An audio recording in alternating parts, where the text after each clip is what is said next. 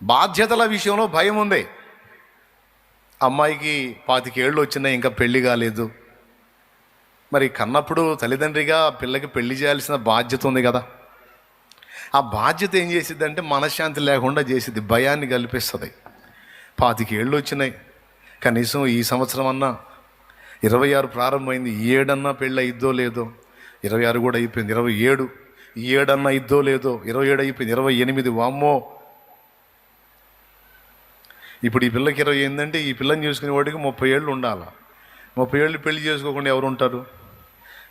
30 వచ్చినాయి అనుకో పాపకి, వామ్మ ఈ పిల్లని చేసుకునేవాడు కనీసం 31 ఉండాలి. 31 సంవత్సరం వివాహం చేసుకోకుండా ఎవరు ఉంటారు? నా బిడ్డ గతి ఏంది? చాలామంది పిల్లల్ని కన్న తల్లిదండ్రులకి, ఆడపిల్లల్ని కన్న తల్లిదండ్రులకి మహా టెన్షన్, భయం. ఇక తిండి పట్టదు, నిద్ర పట్టదు.